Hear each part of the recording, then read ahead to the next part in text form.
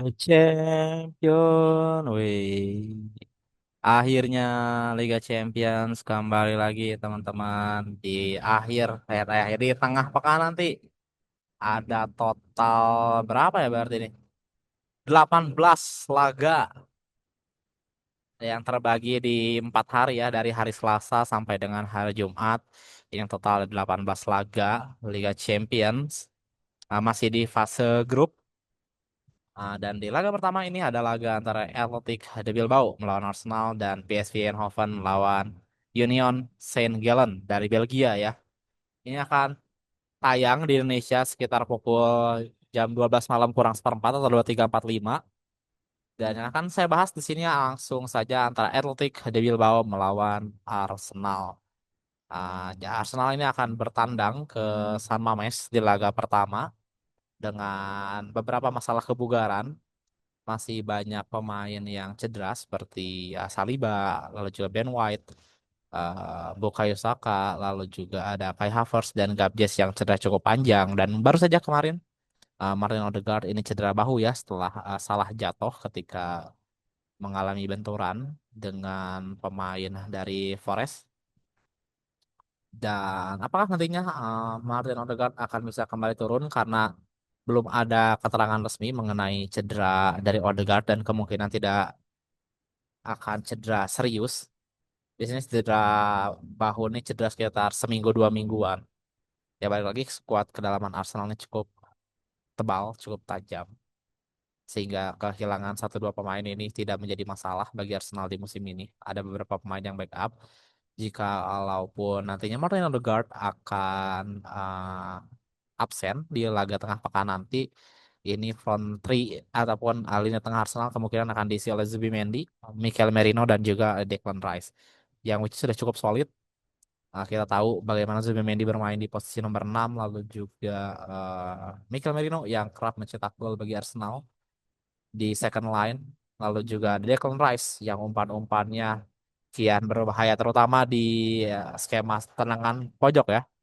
Dan di sisi lain Athletic Club di Bilbao ini tampil tidak cukup baik di minggu lalu, eh, kecolongan oleh Deportivo Alaves. So Arsenal diunggulkan untuk dapat memenangkan pertandingan dan ya, tapi pertandingan saya apa ya prediksi akan cukup seru lah dengan Arsenal yang kehilangan cukup pemain dan bagaimana nantinya Arsenal akan menyeimbangkan skuadnya ya yang nanti akan bermain di akhir pekan yang akan lawan siapa nih Arsenal nanti di akhir pekan kita cek dulu di match day kelima akan melawan wah agak lama nih loadingnya City. Wih, big match bro, mungkin Arsenal akan mengistirahatkan beberapa pemainnya ya kalau misalnya melihat nanti akhir pekan akan melawan City ya. Singkat saja begitu mungkin untuk PSV dan Union Saint-Gallen tidak akan saya bahas ya, berharap partai seru. Lalu juga di hari Rabunya teman-teman di sini ada 1 2 3 4 ya ada 4 laga, yaitu ada Juventus lawan Borussia Dortmund. Juventus yang masih sempurna di Liga Italia akan memulai quest Eropanya, akan memutus kutukan tidak pernah menjuarai Eropa dari Sulai Alimentari. Apakah Igor Tudor berhasil mematahkan kutukan tersebut? Dan di match pertama sudah akan menghadapi lawan yang cukup berat, yaitu Borussia Dortmund yang tampil cukup apik di Liga Jerman. Baru saja menang 2-0 atas Heidenheim di Bundesliga. Belum pernah kalah juga Dortmund, 2 kali kemenangan, 1 kali draw. Ini laga akan berjalan cukup seru, duel antara strikernya. So far Juventus punya banyak opsi striker. Selain Dusan Vlahovic, punya juga ada Lois Openda dan juga Jonathan David. Sedangkan di Dortmund ada Maximilian Bayer dan juga Girassi. We'll see siapa yang akan menang. Namun Juventus masih difavoritkan karena bermain di kandang dan juga motivasi yang cukup tinggi setelah menang melawan Inter Milan. So ini laga kemungkinan akan seru. Selanjutnya ada laga antara Real Madrid melawan Olympique de Marseille. Ini Marseille ini salah satu tim yang belang betong performanya di Liga Prancis. Belang betong ini adalah suatu peribahasa dari bahasa Sunda ya teman-teman. Jadi kayak sometimes maybe good, sometimes maybe shit kayak.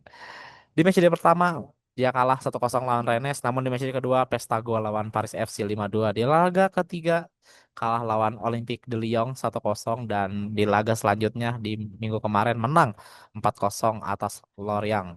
Dan nanti akan menghadapi Real Madrid tengah pekan dan akan menghadapi PSG di akhir pekan nanti. Ya kita lihat ya apakah Marseille akan kembali kalah lagi di Liga atau malah bisa meraih kemenangan lawan PSG yang banyak pemain cedera. Ya Marseille tampil cukup gila sih di bawah Roberto De Zerbi. Sedangkan itu Xabi Alonso akan meneruskan DNA Real Madridnya setelah berhasil menjuarai Liga Champions bersama Real Madrid, Bayern Munich. Di sini Xabi Alonso akan memulai quest Liga Champions-nya bersama Real Madrid. Apakah nantinya Real Madrid akan menambah gelar Liga atau tidak? Gelar Liga Champions atau tidak? Kita akan lihat karena memang salah satu tujuan terbesar Real Madrid adalah berprestasi di ranah Eropa ya, terutama Kylian Mbappe yang memang salah satu tujuan utama pindah ke Real Madrid adalah untuk memenangkan gelar Liga Champions yang mana belum didapatkan oleh dirinya. Dan kalau kita lihat performa dari Mbappe ini sebagai pemain nomor 9 di Real Madrid cukup baik, cukup oke, kadang melebar ke sisi kiri, lebih fleksibel, tipikal dari advance forward, bukan pemain nomor 9 atau istilah kunonya itu batang kayu yang cuman diam di depan, dapat bola tap in, score goal, tapi masih bisa fleksibel bergerak ke kanan dan ke kiri. So, Real Madrid diunggulkan dan akan bermain di Bernabeu nanti jam 2 malam. Selanjutnya ada Benfica lawan Karabag, tidak akan kita bahas. Ada Tottenham lawan Villarreal, kita bahas sedikit. Lagi-lagi Thomas Frank akan memulai quest pertamanya lagi bersama Spurs di Eropa. Setelah Spurs musim lalu finish cukup poorly, finish di posisi ke-16 teman-teman. Dan sedikit beruntung Spurs finish di peringkat 16 namun berhasil menjuari Europa League sehingga bisa berlaga di Champions League. Skuadnya tebal, skuadnya oke. Menang lawan West Ham menjadi modal yang kuat untuk menghadapi Villarreal yang kalah di Liga kemarin lawan Atletico de Madrid. So, Tottenham diunggulkan. Dan laga jam 11 malamnya, teman-teman ini tidak terlalu besar dari nama klubnya, namun cukup menarik. Ada Olympiakos, klub asal Yunani, menghadapi Pafos FC, klub asal Siprus. Untuk yang belum tahu, teman-teman, Pafos FC ini klub yang diperkuat oleh salah satu pemain gaet ke Brazil, David Luiz. Ini memperkuat Pafos FC. Dan juga di laga satu lagi ada antara Slavia Praha melawan Bodo Glimt. Slavia Praha ini klub asal Ceko dan Bodo Glimt klub asal Norwegia. Dan partai serunya ini numpuk di hari Kamis, teman-teman. Jam 2 malam. Ini yang pertama ada PSG lawan Atalanta. PSG yang kehilangan banyak pemain, di antaranya ada Dembele dan juga Desire Doué yang memang cedera pada saat FIFA Matchday. Lalu juga Kvicha Kvaratskhelia yang baru saja cedera pada lawan Nantes minggu lalu atau kemarin, minggu kemarin.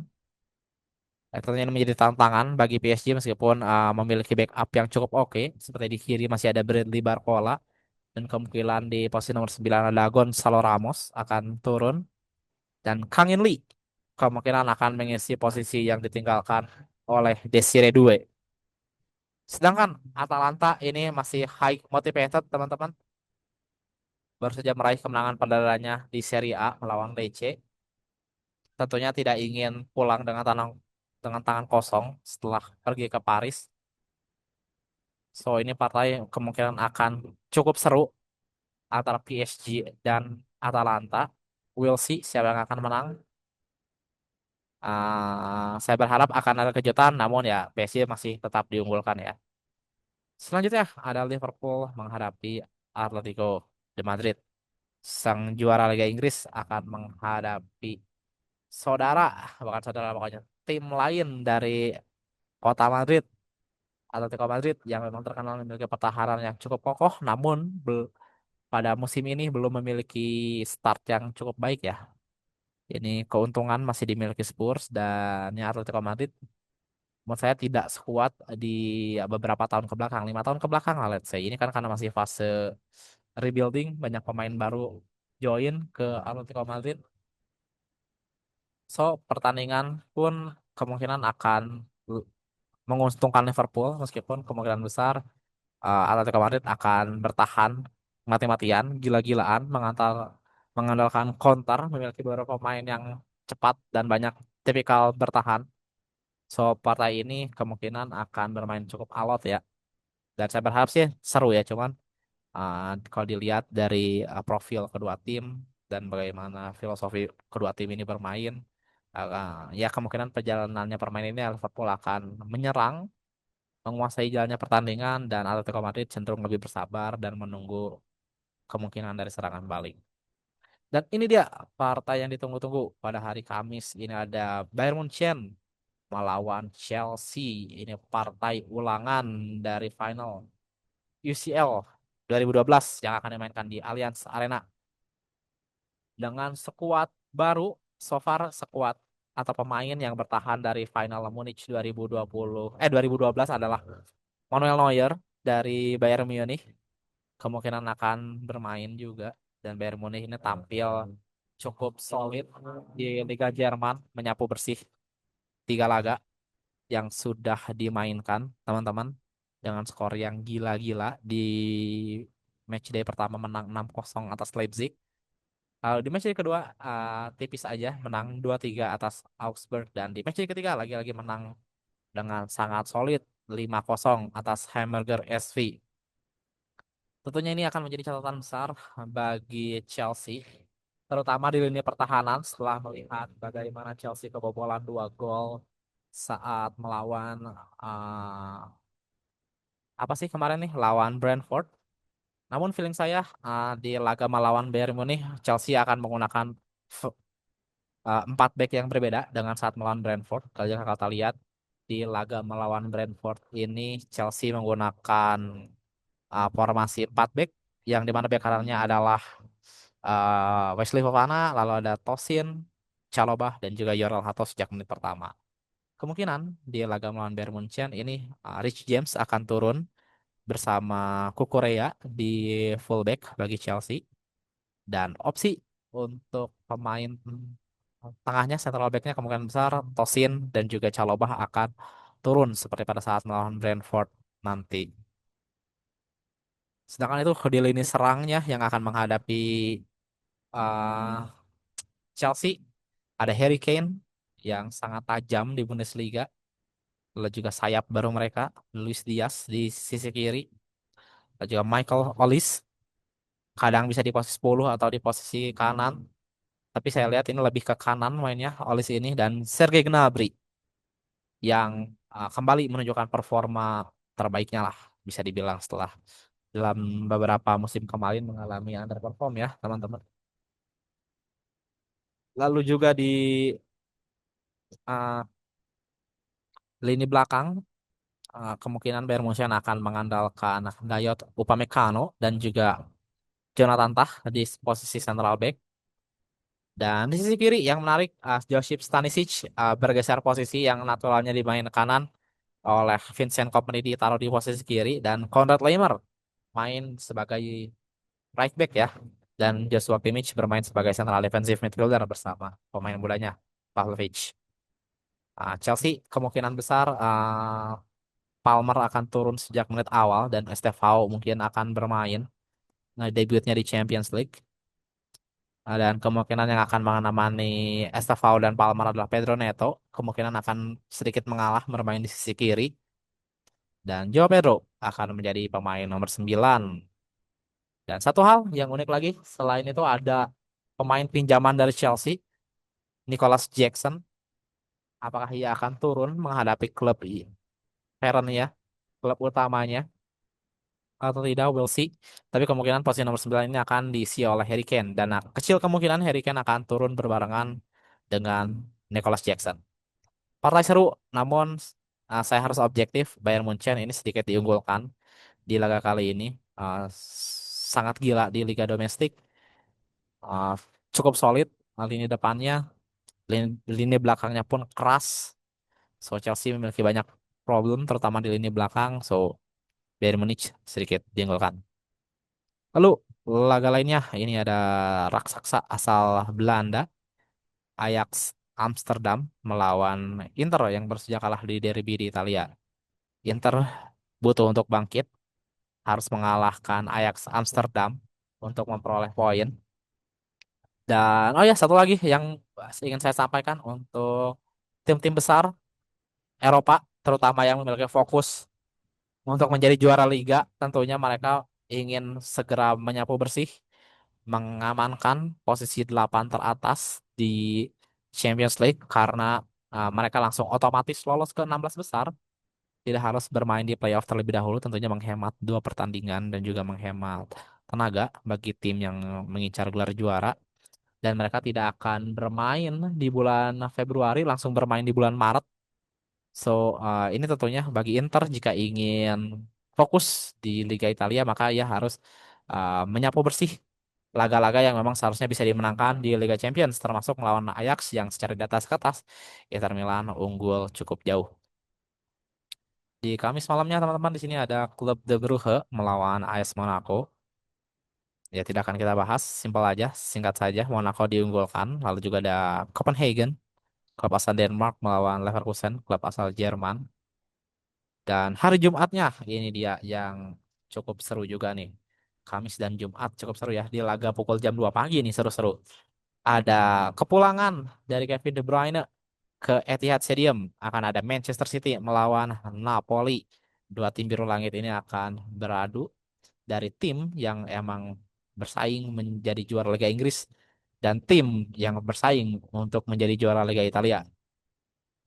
Guardiola akan menghadapi Antonio Conte, dua tim yang sama-sama gila passion about football, gila soal taktikal. Kita akan lihat siapakah yang akan menang, apakah Manchester City atau Napoli.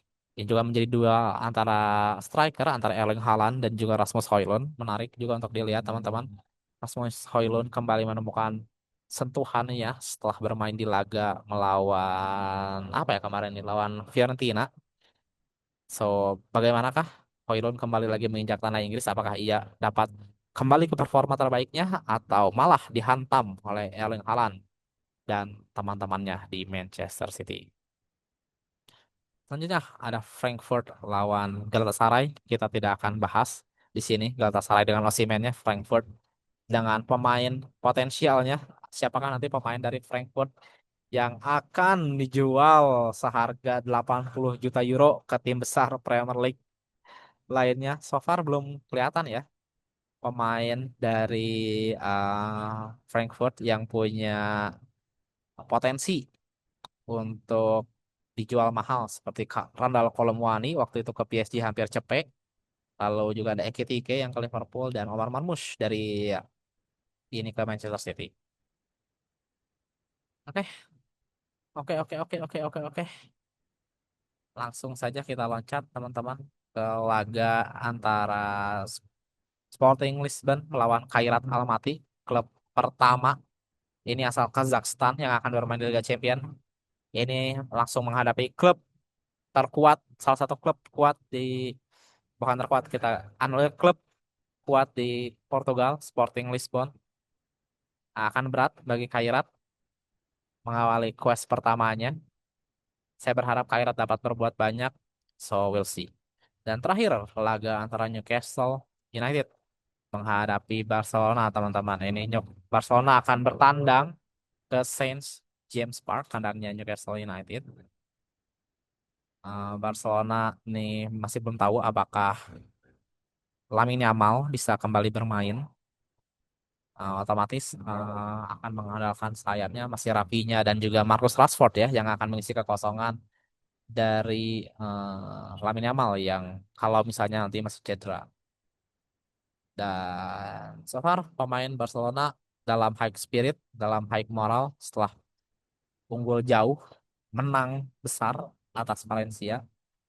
Di sisi lain, nah, Newcastle United baru saja mendapatkan dua striker di detik-detik bursa transfer. Nick Woltemade sudah membuktikan dengan mencetak satu gol. Sedangkan itu Yon Wisa masih belum mendapatkan kesempatan bermain karena cedera kemarin. So we'll see. Ini kemungkinan akan menjadi laga yang cukup alot juga, di mana Newcastle kemungkinan besar akan bertahan habis-habisan menghadapi Barcelona yang super ultra ofensif. Tapi itu juga akan menjadi celah bagi Barcelona. Dan ini yang satu hal yang menarik, apakah nantinya Newcastle akan bermain dengan formasi 4-3-3 melawan Barcelona, ataukah ia akan bermain dengan formasi 5 back atau 3 back, 3-4 3 3-5-2 saat waktu Newcastle bermain di Premier League sebelum melawan ini, lawan apa ya anjing lupa. Newcastle pokoknya sempat pakai 3-5-2 guys. Kebanyakan info nih di otak. Lawan Leeds United yang akhirnya berakhir imbang. Apakah nantinya akan menggunakan 3-5-2 karena kita lihat Barcelona ini akan menumpuk atau menyerang dengan banyak pemain di depan sehingga membutuhkan banyak pemain di lini belakang. Kita lihat ini menarik juga, klub garis-garis hitam putih melawan hitam merah. We'll see, Barcelona diunggulkan. So, selamat datang buat Champions League di tahun kedua menggunakan Swiss model. Berharap kita bisa mendapatkan Liga Champions yang menarik, yang menghibur. Kelebihan dari Swiss model ini teman-teman, kita akan mendapatkan partai-partai besar di fase grup sebelum akhirnya nanti di fase knockout. Nikmati saja karena di match day pertama saja ini sudah ada beberapa laga besar seperti Chelsea lawan Munchen, lalu juga ada Napoli lawan Man City, eh, Liverpool lawan Atletico de Madrid, dan nanti masih banyak lagi partai-partai seru di match day kedua sampai dengan match day ke-8. Kita akan bahas pelan-pelan. So enjoy the Champions League. Semoga lebih menghibur dan lebih seru. Sekian aja. Ciao, the champions. Goodbye.